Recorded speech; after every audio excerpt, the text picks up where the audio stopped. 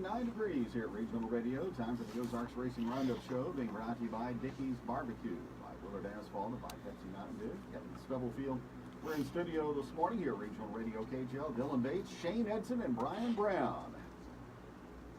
All ready to go and talk some racing as, guys, we got racing in at I-44 Speedway Saturday night. That deserves a round of applause. That right there deserves a round of applause. Thank you, Mother Nature. Thank you very much. And some other tracks got rained out, so we got lucky. Springfield got rained out, starting features, and I know some go-kart tracks got rained out Saturday night while they were in the middle of their shows. So we got lucky that it snuck by. It rained a little bit on us right there before qualifying for the Ozarks Pro Late Models, but we peeled the covers back off and drug some tires, and we raced. Well, the weather, the forecast was looking kind of iffy, but I guess the cells went around the track, it sounds like. Yep. It was made for a very fast and cool racetrack Saturday night. I think Cole Williams qualified at a 14.61 or something. I think that's probably the fastest time we've had so far this year. And he keeps getting quicker in qualifying. He's yet to not qualify on the pole. But so far, that's hurting everybody with these 4-row inverts. Maybe Cole will sandbag one of these qualifying sessions and try to catch the pole. Cole Williams, so he interrupts Tony Jackson Jr.'s winning streak. Yes, Pro Late he Models. did. 110 lap no caution feature, I think, played into his hands there. I think he passed him somewhere around the halfway point, I want to say. Shane would know better from the booth. I was on the track. 110 laps, green-white checker. Yeah, green-white checker, no cautions. It was insane. And I sound surprised because I wasn't on hand, unfortunately, on Saturday night. The family obligation had me missing, but that's amazing. 110 laps. Yeah. Well, no offense taken, but you've got to be surprised after how many cautions we had. The last race, I think we ran 40-something laps under yellow, and this race we have nothing. So that's definitely a big turnaround, and good job to everybody for staying off each other for 110 laps. Shane, how'd the old Pro Late Model race look from your point of view? Well, I can tell you from an announcer standpoint, my mouth was really dry. I was really wanted some water, and I was just like, because during commercial breaks or cautions, that's when I would like take a drink of water, take a deep breath. But I'm like, and what the thing is like back the first two after Tony got the lead, Cole was like right there behind him. So them two were like right behind each other. I bet Cole probably got, the furthest he probably got was like 3 to 4 car lengths back. So they were just right there with each other. So as an announcer, you're just back there just going after Cole Williams, Tony Jackson, and all of that. And then I'm like, all right, where's that caution at? But it never came. It came out, but it was a really good race. Long race. It felt like the Daytona 500, but I got through it. Yeah, Tim Springer said the same thing about the 110 laps. How did Corey Deucer run? Corey Deucer ended up third. I think he timed in P2 right behind his old buddy Cole Williams, so they came down full force for sure. But I think Cole and Tony ended up lapping up to 4th place, so they were just next level. They were on the gas for sure. Dylan, you had a top 5 finish. Yeah, we clicked off our first top 5 of the year. I think a caution definitely could have helped me out. But yeah, it was fun starting 9th. I guess that'd probably be the hard charger too. Starting 9th and moving up to 5th there. And we made a joke before the race. It was kind of the hottest day we've raced so far. So we rigged up a water bottle in the car, and my dad made a joke. He was like, well, you watch, we're going to put this water bottle in here. This is going to be the one that goes green the whole way. So I blame it on my dad for the race going green. Should have threw that water Yeah, bottle. I said that on the radio at one point. I said, this water bottle is about to go out the window. That's what I said. I said they were at the booth. I said, maybe on the wild side, people get a little crazy, throw a little soda can or a beer can over the fence and bring out a caution, but that didn't happen either. Yeah, I wish they would have. And then before the race, the concession stand workers were chasing a squirrel out of the concession stand, so I was like, well, maybe that squirrel will show back up and be like, what, that happened at That's happened with a rabbit or something. Yeah. Pocono? Yeah. Yeah, that's happened before. And, yeah. And a groundhog. Yeah, That's the happened groundhog. several So I'm times, like, yeah. hey, anything can happen. Shane, how many free throws were made for the invert? One. A lot of the Pro Late Model drivers, especially the Cole Williams fans, have told me I need to tell these fans to practice their free throw shots because only one was made. So 3 races. And 3 races and 3 have been made, right? yeah. So Okay. one You each. need to go to layups, looks to me like. Switch to layups. 42 cars, I believe, in the field on Saturday night, total car count. Yeah, a strong field. I don't think it was quite as many as the last race, but there's people had other things going on. But it'll grow, and Big Ten class as always this season has the biggest field, I think, with 10. I don't know. You got the results over there, and Shane's got them here. Yeah, 10 cars.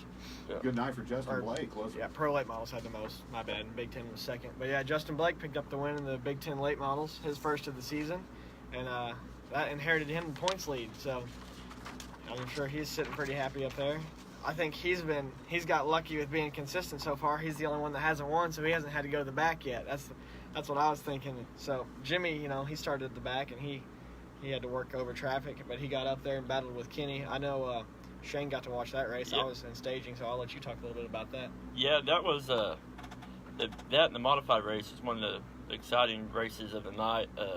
Justin Blake had his work put out for him because Jimmy Phone and Kenny Dickinson was battling right there behind him, and it was about 3 laps to go, and then I was walking down to get down to the track to get ready for the victory lanes, and then the 34 of Justin Rice, I believe, spun in turn number 4, and the caution came back out, and I was like, because Justin Blake really needed this win, so I'm like, I told the race fans there, I'm like, it's like watching American Idol, and they're getting ready to announce the winner on American Idol, but then they say, oh, let's go to commercial break. Like, Justin Blake was getting ready to win that race, and the caution came out, but he held off the 2 hard chargers there behind him, Kenny Dickinson and Jimmy Phone. Jimmy Phone came on second. A guy that really surprised me was Nick Cherry. Nick Cherry has a pretty fast Big Ten car this year. Yeah, I thought the same thing. I was watching Nick's heat race, and he had the early lead there over Charlie Keevan. And Nick, getting into turn 1, I could see his car was working really well. He's definitely found something on that car, and I think he'll be a force to be reckoned with. He'll click off several more top 5s this year for sure. And old man JC, he was on the show last week. I think he had a better car than weeks prior, so he Started on the pole, didn't he? Yeah, so he had a pretty good car there. And then also, I talked to Chris Albright. Chris Albright, he was just happy he didn't get lapped. So his first race, he didn't get lapped, so he showed a lot of improvement there too. Yeah, what happened to Charlie Keevan? I see he's got a DNF there in the feature. Yeah, he won the heat race, didn't he? Won the second heat race. Yeah, he got black flagged, so he had to go to the pits. So, tough break there for Charlie. Yes, it is. Moving on to the modifieds. Brian Brown had the early lead there. No, you didn't have the lead at first. No. You passed up to the lead. Chris Johnson started on the pole, and he led the first, I think, 8 laps or so. And Brian did a good job working traffic and getting up to the front. You want to talk about that race from your perspective? No. No, I don't want to talk about it. Hey, you've got the Gremlins erased a little bit, though, from your previous visit here with us. Kinda. It's still getting hot. I don't know what the deal is there. I don't know why it's fighting a heating issue. I don't know what's going on with that. But I mean, I was to the point where I didn't care if I blew it up. I was going to race so much. I don't care. But they had I believe it was Michael Jurgensen was on the front row and Chris was outside pole, and they took off. And they were both having a pretty good battle. And both of them, I think if you asked them honestly, they'd say their cars weren't perfect, but they had them hung out, and they were racing hardcore. They were throwing down. It was pretty intense for a few, and I was fortunate enough to eventually get by there and kind of put a little distance. And I thought, really, I've never really been the guy that does the old coulda, shoulda, woulda, or what if. But I really felt probably had the car to win at that point for sure. Like I really wasn't. It hadn't even entered my mind that it was pretty good. Go to the track on Saturday night and you find out Ricky Eisenhower's not there. What does that do to your mindset? Well, I had a party. I was glad he wasn't there. No, I'm just joking. No, Ricky had a commitment to go to Florida to help move his girlfriend back here, and I knew that, and I want to race with him. I don't want him to miss. I want to race with him. So that's what Richard said was, because I told Richard, I said, now the point standings will take a shuffle and stuff, and he's like, yeah, but he said, when I race, he said, I want to be racing with the best. And I said, well, yeah, I said, Ricky Eisenhower's really good, but I said, that Brian Brown, he's a veteran in the modified too, so you're racing with one of the best too, and you still came home with the win. So yeah, I wanted him to be there. I don't want him to miss. We need the cars. We need more cars. There's cars setting. We kind of the other day wrote down on a list the cars mods that are setting, and there's 10 mods setting that haven't been there. And I reached out to a couple of them, and I know Ron Hartford's going to be coming the next time we race, and running a mod, and I believe Rick Sharp's going to come. I've not got a hold of him personally yet, but I'm pretty confident. Rick was going to be there this weekend, but had like you said with Ricky, something else going on. I think he had to work a concession stand or something. Rick's got that food truck, and he was working that somewhere. He forgot that he had that going on, but he'll be back the next race. So there's really realistically, the mod class should be to 10 pretty quick, realistically, in my opinion, and it needs to be. And I know you guys, I know KGL covers a lot of area. It goes all but to Kansas City. I'm going to tell you, if you got a car sitting out there, and I'm not trying to be negative Nancy or crybaby Brian here, but if you want to race and you've got a car, come race. If you can't beat Ricky, or you can't beat me, or you can't beat this guy, or you can't beat that guy, that's part of it. We're not in the participation award business. You got to get your car there and get them on the track and work on them to make them faster. And we need the cars, and we certainly want to put on a good show for the fans. And I can only control me, but I know for me, I want to do that and make it succeed. So I don't know why other people wouldn't. The Lewis family, they have I think Brian told me 2 or 3 modifieds for sale too. So if anybody looking to get into modified racing, they have some for sale. Yeah. Even if you don't have a car sitting at home, you can go buy one and come race with these guys. Absolutely. I mean, you got to start somewhere, and I don't want to get off on that topic right now, but we can do that later. But in the show, because you guys have a lot to talk about. But that's exactly the disconnect now. I firmly believe is we have no stepping stone class. We have no way for a Joe Blow to get his foot in the door and get his feet wet and go, oh, I'm gonna get one of them cars and I can do that, and then get out there and go, oh crap, this is fun, and then move up to a street stock or move up to a mod or move, whatever. We've got to find that disconnect and get it kind of hooked back up and in the right direction. And until we do that, I think our car count's gonna kind of be low. But there's people out there, and there's people out there that's got cars. Yeah. Chris Johnson just mentioned here that he's helping somebody build a car that'll be here this season. It sounds like. Oh, good. That's good. That's exactly what needs to happen for sure.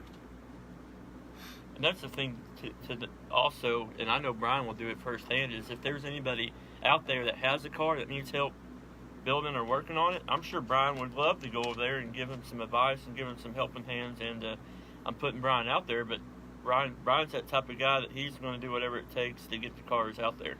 Yeah, absolutely. There's we've talked about this for the last couple of weeks pretty in depth and in meetings and such that, I mean, it's a big picture thing. Like this is not going to fix itself by just sitting back and talking about it.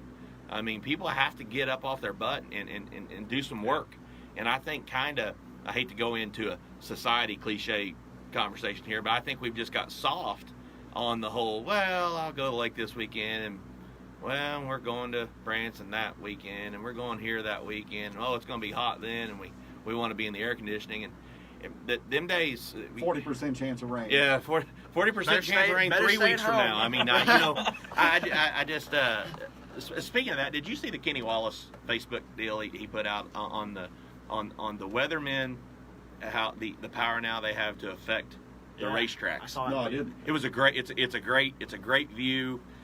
Kenny's crazy to watch and listen to, but it was great. And he's a 5th owner in a racetrack up north in Missouri, and he was talking about how one of their local forecasters, said on Monday, on the Monday prior to their Saturday night race, there's a 80% chance on Saturday.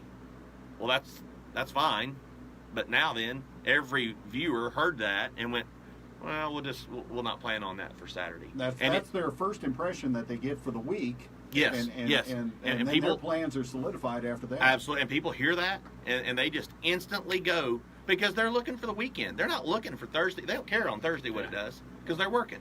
And so they listen for that Friday, Saturday, Sunday. I think it should be, I'm going to run for president right now. Here we go. It should be state law that no weatherman should be able to talk about the weekend's forecast a week out. That should be state law. Hashtag state law. Oh, there you go. Or 10 day. Cut the 10-day forecast. 10-day forecast. Now, I know here at KJO, you guys do a fantastic bang-up job on your weather forecasting.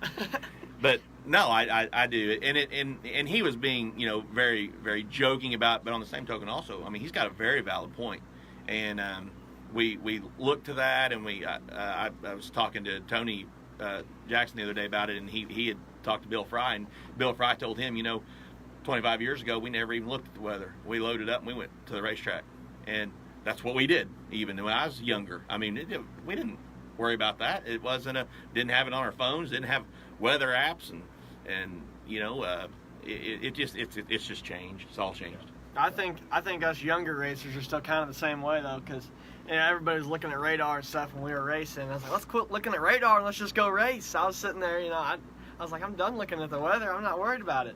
So I was like, if it rains, it rains, and we'll park them if we have to. It's on Facebook, but I think it was one of the Van Zandt crew took a picture of Jimmy Van Zandt. I think it was Simon Bauer and Aaron Douglas all looking at their phones, and I put on there, it says 11 and 944 Speedway Storm Team or whatever. Yeah, but I saw that. That was funny. But what was weird is just looking at the radar and seeing all around us. And Kevin wasn't there because Kevin's usually our weatherman, so it was me, and they're all asking, they're like, "Where's the weather? Where's the weather?" And I'm like, "It's going around us." And just to think about the night, it was the Roper Classic, and then Mike Mittler, that family, and then Cole Williams' family. And just to think about that, and I believe this with all my heart, I believe them three families and them three men put a part into Saturday night. And I believe that, especially right after the rain, we got the rainbow. Yeah. And then there was a rainbow, and the sun was out, and then them guys probably did some work with Mother Nature and said, hey, 11 and I-44 Speedway has to race. And like you said, all the other tracks around us canceled or got cut short, but we didn't. I thought I asked them, I said, you want to push the show? Are we doing victory lane speeches or whatever? And they're like, no, the weather's not even a picture. And I was like, huh, good job, weatherman. There were several times people were showing me the radar and stuff. And it was on top of us. It wasn't even raining. I was like, all right, well, let's get going. But anyway, moving back down the line here, back onto our results. I think we left off at street stocks. The street stock heat race went to, who we have that heat race going to? We had Matt Pilot. Yep. And the feature. And Pilot swept the heat and feature. And I know Aaron Douglas and Matt Pilot put on quite the show in the heat race. They were racing very hard with Trevor Eisenhower, just lurking there, ready to make a move. But the battle for the win in the feature was the same way between Matt Pilot and Trevor Eisenhower, as we've seen all year long. Unfortunately for Aaron Douglas, he snapped an axle pretty early on and took him out of the running. I definitely think he was in contention to run up front there. That's what he says, anyways. He says he was up there, but yeah, he's kind of had Brian Brown type luck this year, hasn't he? Yeah, and with his Big Ten and his street stock, but he thought he had his street stock going, and he broke an axle and coming out of 2, and he was coming on strong, and he had a rear end trouble too, so on his restarts he wouldn't get quite the momentum that everybody else got, so he'd fall back up and he'd just come through the field like he always does. So, but yeah, Matt Pilot came home with the feature win. That Matt Pilot, Trevor Eisenhower battle in the street stocks has been fun so far, and it's going to continue to be that way this year, I think. How's that shaping up in the point standings? Yeah, I got some right here. Let's see. Matt Pilot is up by 6 points. Yeah. 6 points, that's close. That's just one bad night. That's all it takes.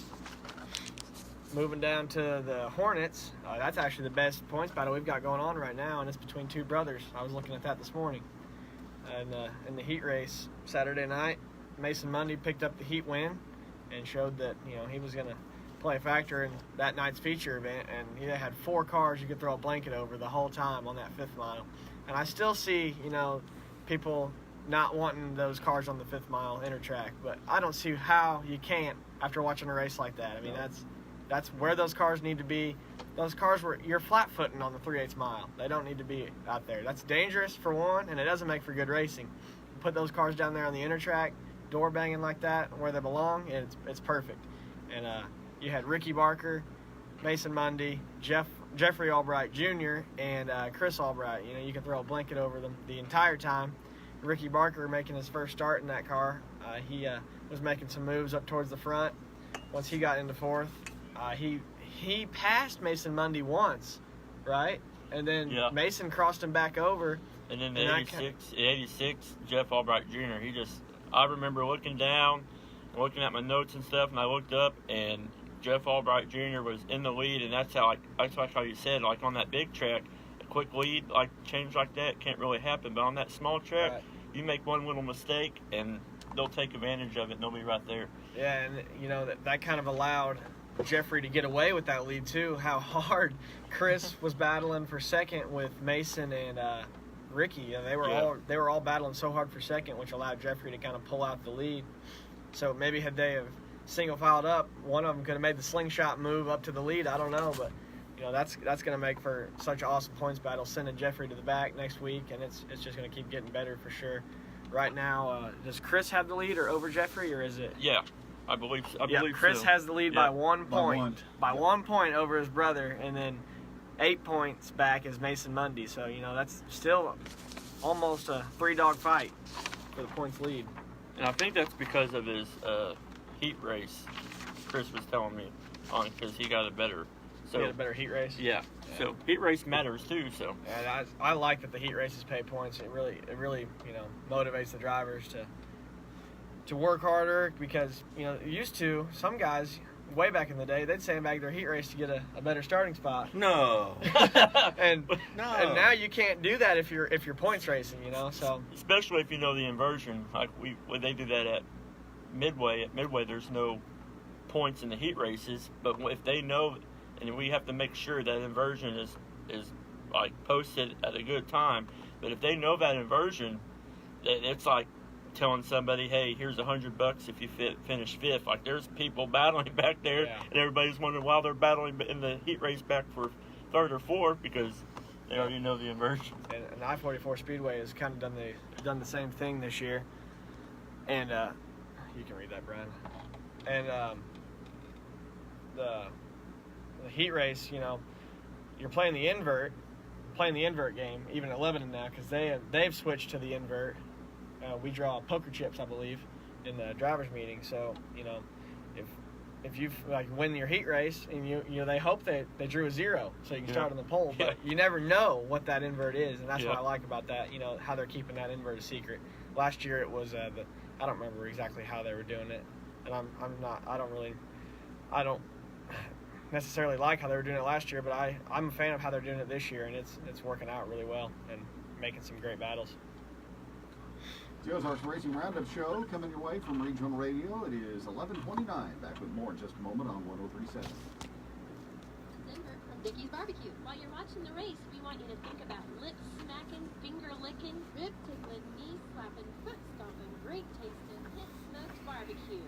So good it'll make your tongue slap your brain out. Dickie's Barbecue on the roundabout. 417-532-4BBQ. For some people, it seems like everything in life is served up on a platter. Here's what's top of the book, sir. Why, thank you. You're the top of the book, class. Just what I was looking for. And then there's the rest of us. Overton viewer. So you guys go to somebody's Facebook page to go Facebook Live, or is it just Facebook Live in general? It would be probably on mine. On yours? Page, Okay. yeah. This is part of the. So what time are you going to start? 7:30. Okay. Cheese redneck 7:30. steakhouse gift card. We'll But on July tentatively the go 3rd, for like they're doing a $500 fireworks back. hour, but we're not Yeah. gonna limit it to that. Like if we get on something good, we'll stay going, or But So like when they signed up for that, I'm really gift card, they signed also really up disappointed for Cohen's in people. Okay, well, I'll let you hit on this stuff. Yeah. No, you see that text it's got message? cars. They're You can just add not that in. coming. I don't think he said it. Where's the Phil Harris cars at? That was never going to happen. It wasn't? No, he's in play. Oh. Yeah, well, All right. you know, I mean, that's just it though. You go back to the whole. You go back to the whole. Save it for your show. Yeah. Save it for the Racing unfiltered. Roundup Show being brought to you by Dickey's Barbecue, by Willard Asphalt, and by Pepsi Mountain Dew on 1037 Regional Radio KHL. Next race at I-44 Speedway is coming up a week from Saturday on the 15th. Yeah, June 15th. Brian's making faces at the cameras over here, distracting us. But yeah, June 15th is the next race at I-44 Speedway. And that is Federal Protection and Clayton Holmes Hillbilly Classic. And looks like Shane's got a whole ride up here, so we'll let him take the run on that.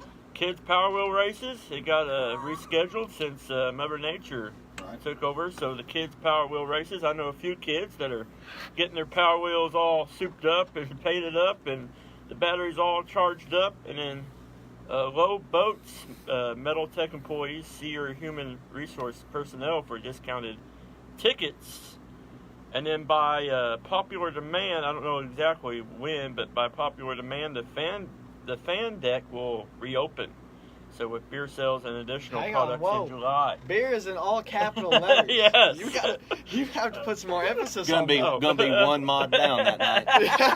gonna be one mod down that night there. I'll go over there and I'll manage that. And starting in row 5, the number 2 of Brian Brown in the fan deck. Yep. I'll manage that. I'll take care of that. I can't blow anything up over there.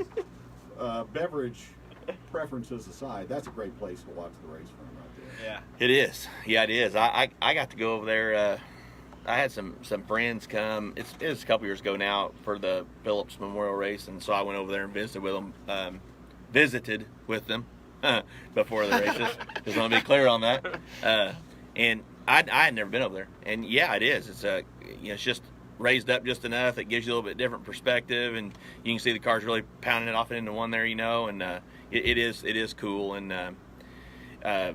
I'm glad to see that open back up. I think that's a good thing. I a lot of mixed emotion on that, but I think that's a good thing for sure. There's not a bad seat, I believe, at 44. Wild side, grandstand side, fan deck side. Especially if you want to, hot afternoon, you want to sit in the shade, you can sit under that canopy on the fan deck side and just sit right there, and the racetrack will be right there. I think I just thought of this when you said that, and I've been meaning to tell Dave this forever, and I just never think of it till now. But I think they need to take a flatbed truck, and we used to do this years ago on Leo Morgan's truck all the time when I was like bombers or street stocks, and go to the infield and watch from the infield. I think they need to take a flatbed truck and put 8 or so seats on it, just fold out chairs, whatever, and I think 8 paid ticket grandstand people need to have a drawing, and you can go to the infield, sit on that truck, and watch the races from the infield. That perspective, if you've never got to do that or never go down there, that perspective is one that I promise you, all the dirt guys that mouth the pavement wide open about how it's follow the leader and how it's so boring and there's no passing and there's that. I guarantee you, if you go down there and watch a race from the infield, you'll never hear that ever again. It gives a whole nother view and perspective of how quick them cars are really getting around there and how much they're moving. Yep. It'll have to be in office chairs, though, because they'll have to be spinning around. Yeah. Well, yeah. I've done it a couple of times, and you get pretty dizzy, but like Brian said, it's worth it just to sit out there, because I did a video on Tony Jackson Jr. and just being out there and seeing the car on the track and just seeing how it like goes in the turn and stuff. Yeah, these cars act a lot different than people think they do. Yeah. Everybody's thinking that pavement cars are just stuck to the ground and we're not sliding or nothing. We're still sliding. You can't turn 80 miles an hour and not slide a little bit. Like, let's be real. So that perspective really shows you what's going on with these race cars and how they're getting in the corners. And honestly, I've been around that racetrack since I was born, and I had never seen a race car from the infield until opening night this year when I was in the infield for qualifying for the Ozark's late model series. So even, with those cars down there lined up for qualifying now, if you could have some fans down there in a flatbed truck, like you said, because we have a good time down there. We're all talking smack, and saying who's going to lay down the fastest lap. And if you can be down there and be a part of that, it'd be a pretty cool experience. And being on the infield with the little track, man, that'd be something. I don't think the insurance quite would be smart for that deal. Insurance might not want that one. But move it to the backstretch, man. Yeah, I'm serious. So that would be a really cool deal. I'd give a whole nother. My wife has went down there a couple times, and she has very clearly stated, man, I just cannot believe how much different it is down here. It gives you a whole nother perspective, and so that would be a good thing, I think. When you've had off weeks, have you been up in the spotters tower to watch races from up there? Have you seen the perspective from that vantage point? Yeah, I still help a couple guys out, and when I'm not racing or this, that, or the other. And the spotters deal, it takes a special person to be a spotter. I mean, that's the most thankless, difficult, gut-wrenching job that you can have, because ultimately you're responsible for that car just as much as the driver is, to a degree. And one piece of bad advice and the night's over. Oh, and I'm going to tell you something, just from previous history and personal experience. A lot of those big races you go to, where you do that, I mean, it gets pretty. I mean, we've grabbed a hold of some shirt collars and kind of had it gets pretty intense, because you come up on a lapper and they don't give you the top, or they're erratic, or they screw your car up. I mean, it costs you. And maybe one of these days I'm about done, so I'm getting close to being done. But when I'm done, I don't know if I'd do that again or not. But but it's the spotters tower, the spotters stand is a good place. I'll tell you, one of the neatest places in the world to watch a race from, and I don't know if I'm going to get in trouble for saying this, but the catwalk at Bolivar, totally a cool perspective. You're 40 feet in the air. Cars are driving under you. Cars are all but driving under you. It looks like, talk about a cool perspective. Now that's one of the coolest places to view a race from. I've been all over, and that's a cool one. Not to get off topic, but that's pretty neat too. Yeah, when I was probably 10 to 12, I was going to Bolivar with my uncle, and me and my friend Evan Fullerton. Darren's not racing anymore. We ought to get him back in a car. That's what we need to do. Get him to build a mod. Absolutely. And we would go, we'd get our cheeseburger and stuff, go all the way to the top of that catwalk, and I'd park there for the night. And that's where I'd watch races all night long.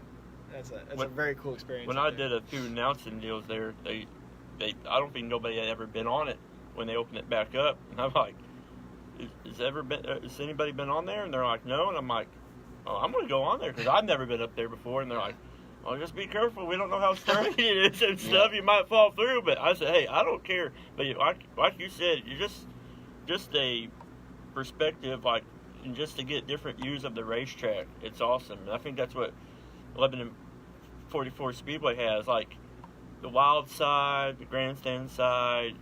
You could be anywhere and you could see the racing just in any direction, and it's all good. And especially what I like about it is for the grandstands to go over to the fence and look down at you guys and see you guys putting in all the work and stuff. And I like how racetracks take in consideration of what the fans need at a racetrack. And Bill did that when he built 44. I got a message, and I promised him I would do it, so I can't forget.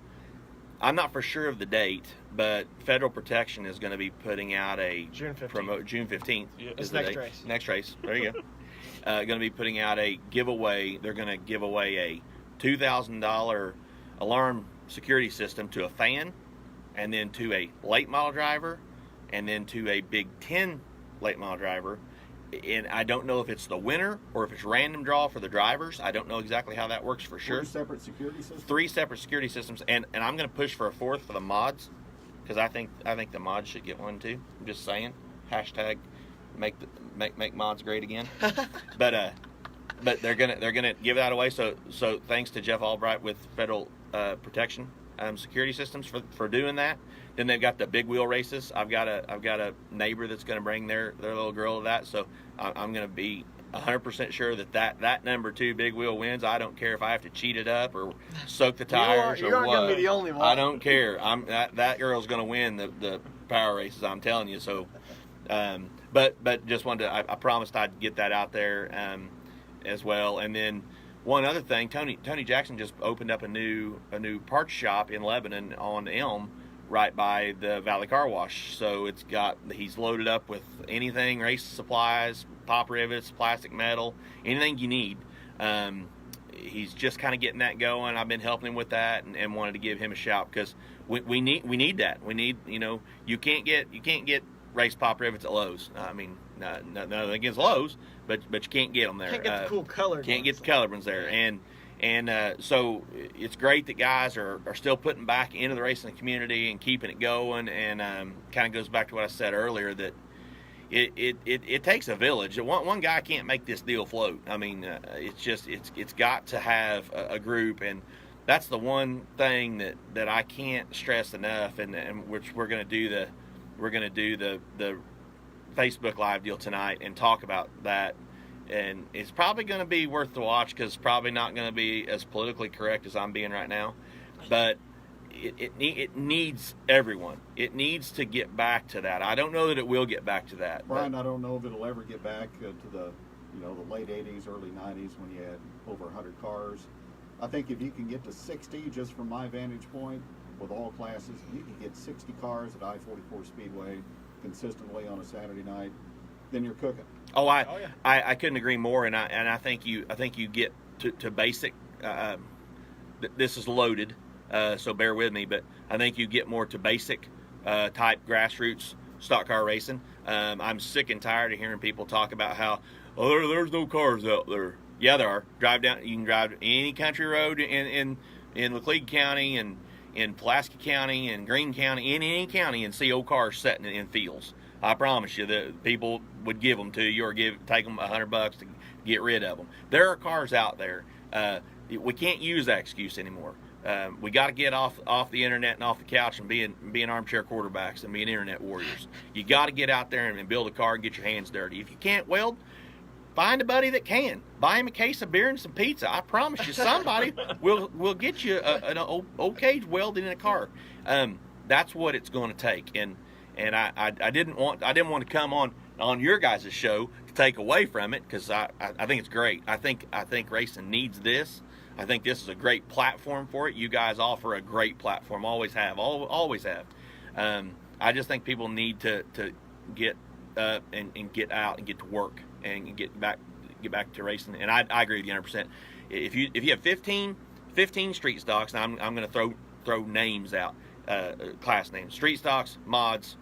I wouldn't go into the late model debate right now, but late models of some sort, whatever they are, and a grassroots start class. The Chargers are out of control. They should have never got to the point they're at now. It should have only been you buy a Cavalier and you take a ball bat to the windshield. That's it.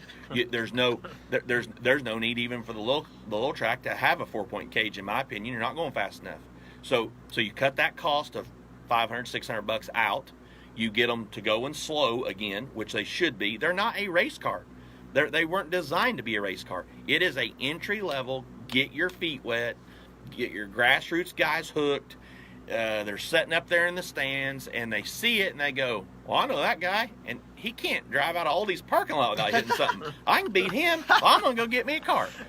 So he's got a buddy that works at Rogers Salvage or Mott Salvage or whatever place, and they give him a car because they're buddies. And he starts there. You've got to start somewhere. Not everyone can start in a late model, and we've got to get that persona squashed. It's got to be eliminated because I promise you, with due respect to Cole Williams, with due respect to Tony Jackson Jr., with due respect to every late model driver there, I was one of them. Was one of them for a number of years. There's only so many people coming to watch me because I don't have that many friends in the first place. So there's only so many people coming to watch me. There's only so many people coming to watch Cole. There's only so many people coming to watch Tony. But I promise you, if you get your neighbor who is the school bus driver and he decides to build a Charger, well, you're his buddy, and they're his buddy and they're his buddy. Well, 3 families are going to come watch him. Doesn't matter that he's racing a Charger. It matters he's racing. And that's what it's going to take to get cars back, and that's what it's going to take to get fans back. And that's a double-edged sword of, do we get cars back first or do we get fans back first? There's no right answer. We could debate that all day long, and we're going to debate it tonight at 7:30. So, anyway. Like you said, it takes a village. Like Aaron right now, he switched his motor from a Ford to a Chevy, but the people that are right there, Aaron Douglas, and the people that were right there helping them was this guy sitting next to me and TJR Motorsports, and just to have that parts shop in town where you could go, and if it wasn't there, they could get it soon. But just to have that connection as a racetrack and a village where we're not all about, oh, we race against you, oh, we don't like you, we're not going to talk to you during the week. These guys right here, it's like, I told somebody this on Saturday, it's like WWE. When them wrestlers wrestle in the ring, they look like they hate each other. But I bet back off stage, I bet they're sitting back with each other, talking with each other, having fun with each other, and that's what these guys are all about. It's all about wrestling's entertainment. Entertainment. Yeah, it sure is. Exactly. Yeah. And you know, the funny part about it is, this right here, this phone, I'm holding it up. I don't care to show everybody. It's ruined it. And what I mean by that is, in the 90s, when it was good, as what we referred to earlier, it never failed. Man, it was like clockwork. I mean, it just never failed. If you got into it, I'm going to use your dad. We never had a run-in. I don't know that we were ever race together that much. We did. Just mods. Well, no, street stocks. Street stocks. But I'm just going to use him for example. I don't know we ever had a run-in, ever. But it never failed. If you had a run-in, like if he spun me out or I spun him out, it never failed. The next week, when we were in line, the pit line, you always seem to get by that guy in the pit line. Or you start next to him. Or you start next. It was so odd. I don't know if it was karma or if it was what, but it just never seemed to fail. And you know the funny part about it is, it was squashed. Like it was over. It was over. There wasn't a weeks long of posts on the internet and Facebook comments, and it just kept the cycle of burning and turning, and you couldn't get away from it, and that is one detriment to it. Now, we're not going to eliminate that, because that's here to stay, unfortunately. But we have to use that to our advantage too. You do nowadays. You do, yeah. I'm old. I get it. I've adapted. I understand, but that's the one change. But you're 100% right. If you get 15 cars in each class, you don't have to have 30 cars on the racetrack at a time to have a good show. To be honest, 15's a plenty if you've got good quality competitors. And I think that if you get to that, I think the fans would come, because that's going to be a good show. Yeah. I mean, you're right. Would you tell my wife that, please? So she. I'm probably better not. Oh, okay. I'm going to stay away from that.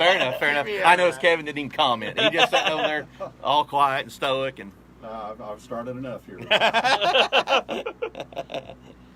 12 minutes before high noon here at the Ozarks Racing Roundup Show here on Regional Radio. Bandit Big Rig Truck Series is also coming up, guys. Here in another, 2 weeks? 3 weeks? Yeah, it's the next race after the 15th, so it's I want to say 27th, right? Speedway website. The what? Here. The Bandit Big Rig. Oh, yeah, race. I got it right here. Hey, on my notes. Oh, okay. Yeah, on June June the 27th. 22nd, my bad. So we're going to have back-to-back weeks then, the 15th and the 22nd. Yeah, and they're selling VIP suites, the Wild Side, Van Deck, General Mission, and all that. And then if you want to buy your tickets in advance, go to banditseries.com to get your tickets. So if you guys weren't here for that 2 years ago, I wasn't at that race, so I'm looking forward to it, to see big trucks going door to door.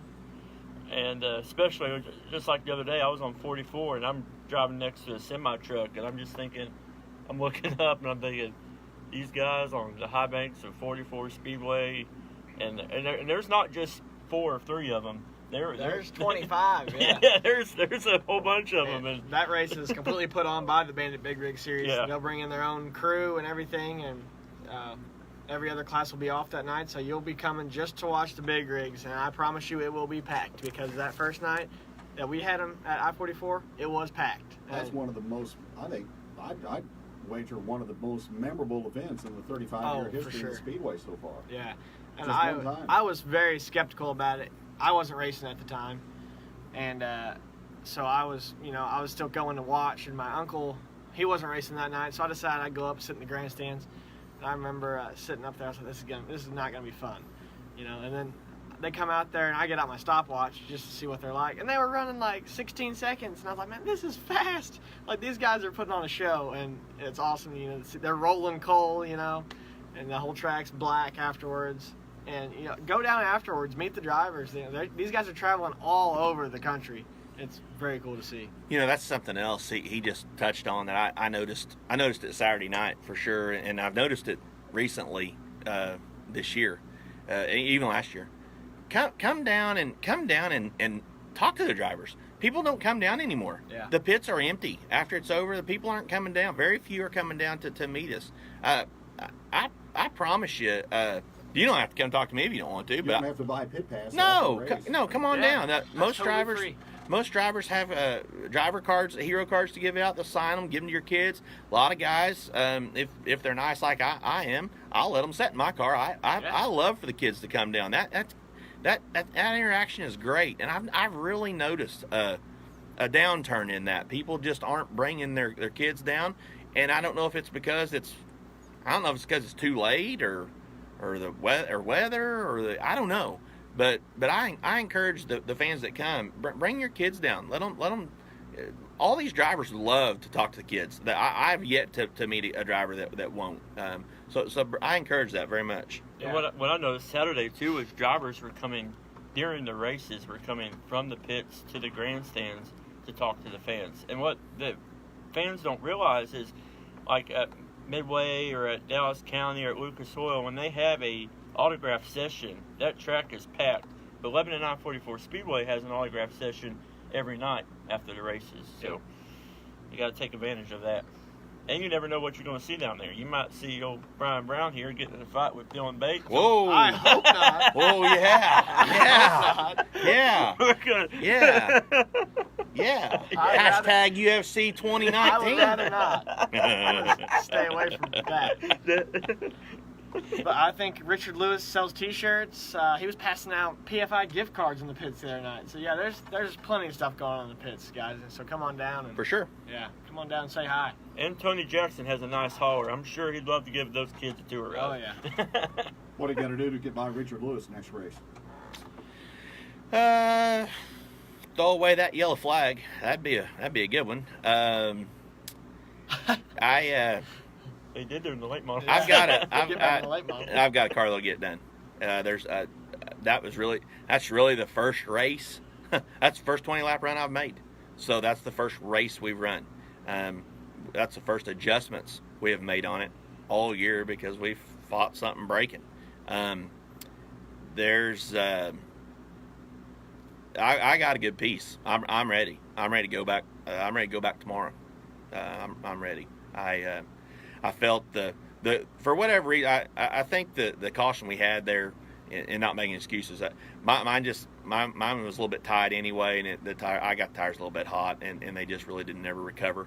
And then when we fired back off, we ran side by side for, I don't know, three or so laps, 2 or 3, 4 laps, something like that. I don't remember, but when he got clear of me, he moved on, and I just give up because I knew there was no point at that point. But it's a good hot rod. There's no doubt, and I'm ready to get back after it for sure. Let's backpedal a little bit.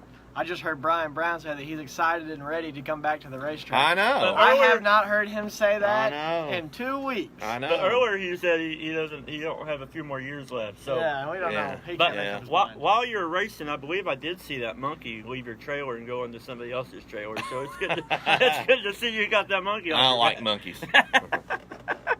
I don't like monkeys. Brian, thanks for stopping in today. Always a pleasure to have you on the show. Thank you very much for having me. I appreciate it a bunch. I really appreciate what you guys are doing for the racing community and getting all this info out. And a lot of people don't do Facebook. A lot of people don't do the internet. A lot of older people, my mom and dad, don't. so they rely on the radio, and always have, and always will. Yep. And I think it's a great thing, and I appreciate all the coverage you do for us. Shane, good to have you on the show for the first time. Don't be a stranger. Oh, absolutely. It's Shane's a regular now. He's in. He's yeah. committed. And it's like for Dylan, me and Dylan. Dylan grew up watching his dad and grandpa and all that race, and I think that's what inspired him to get into a racetrack. And for me to be at a racetrack, like it's like kindergarten class. The teacher says, "What do you want to be when you grow up?" Back then, I don't think I said being an announcer was one of them, but now just being a part of the racing community and entertaining the fans and letting these guys, the fans, know about these drivers and the facts about them and where they're from is pretty cool, because it's nice to put a driver in a car. A lot of times fans just see the number in the car, they don't realize there's a driver in there. Yeah. Dylan, when's the next information coming out on I44speedway.net? Well, Brian mentioned the federal protection. I've got an article coming out about that, so you can learn a little bit more about what's going on there. Brian mentioned, they're giving away some $2,000 packages, and I'll give you guys some more information on that, so you can, show up that Saturday night on June 15th and try to win one of those. And we'll have a race recap coming out pretty quick this week. And also, Shane's got the July 3rd special stuff here. Yeah, Color 10 came on board. They were the reason that we had the $100 T's Redneck Steakhouse gift card. So if you sign up for Color 10 Viewers Club, you get a chance to win in a raffle. I think the next race, I may be wrong on this, I think is Cardinal tickets. And then on July the 3rd, if you register for Color 10 Viewers Club, you will get a chance to win a $500 fireworks package from Gary's Fireworks. So. And then one last thing, I wanted to throw this in there. We're going to do as I mentioned before, we're going to do our Facebook Live deal tonight at 7:30, starting at 7:30. It'll be Dylan and myself, and we're going to, if you watch it, what we're going to do is, if you come up on our feed on the Facebook Live thing, it'll be on we'll post it this afternoon on where it'll be. I think it'll be Brian Brown Motorsports, so it'll be on, but we're going to give away, if you're a driver that's registered at I-44 this year, and you're watching, and we're going to put your name in a hat. We'll draw at the end of the show for two free pit passes for the next race.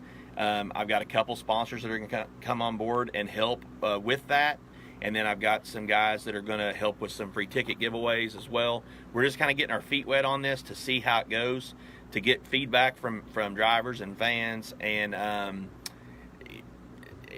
comment with a question. We'll answer it. We won't sugarcoat it. We won't edit it. We won't nothing. Now we'll be pretty PG due to the Facebook rules. But if this show goes good, we're gonna spend the money, do a podcast, and try to get some more racing awareness out there and promote what we've got going on. Good show today, guys. Appreciate it. Yep. See you next Thank Tuesday. you. I-44 Speedway, the Ozarks Racing Roundup Show, brought to you by Pepsi Mountain.